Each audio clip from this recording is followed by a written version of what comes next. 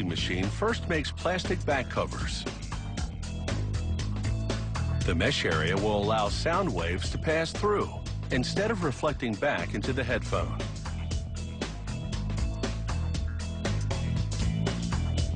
Down the line, equipment stamps trademark and other information onto two more casing components, a decorative metal disc and a plastic housing.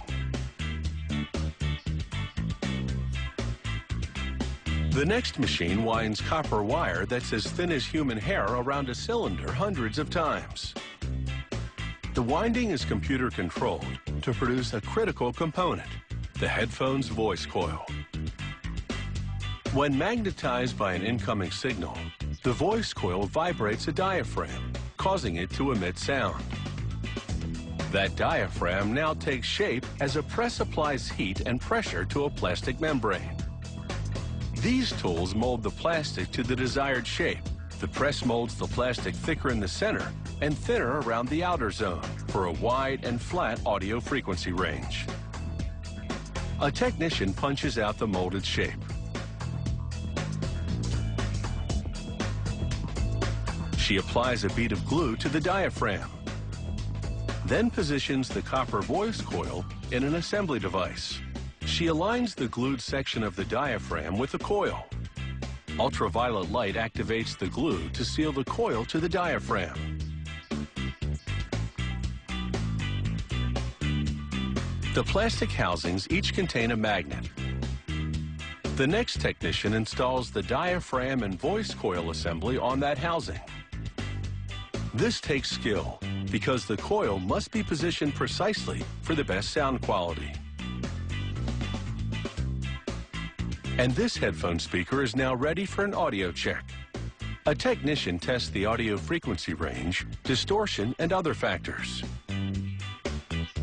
Here a technician joins the ends of curved wires in a plastic clip. These wires serve a dual function. They hold the headphones snugly over the ears and deliver audio signals from the left side of the headphones to the right. The next technician installs a connector for the headphone's audio cable in a plastic strain relief. An adjustable band will allow the headphones to fit on heads of all shapes and sizes. The operator presses the parts together with a hydraulic tool.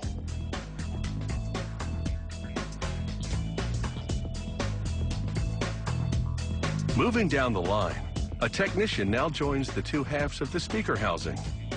She forces the two parts together with the pneumatic tool and finishes it off with a decorative metal ring.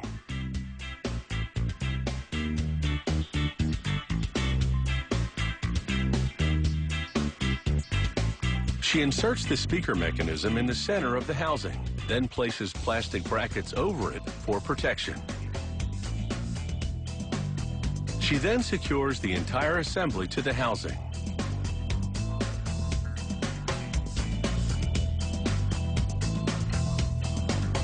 Next, she solders two wires to each headphone speaker. A plastic ring and cover protect it while still allowing the wires to protrude.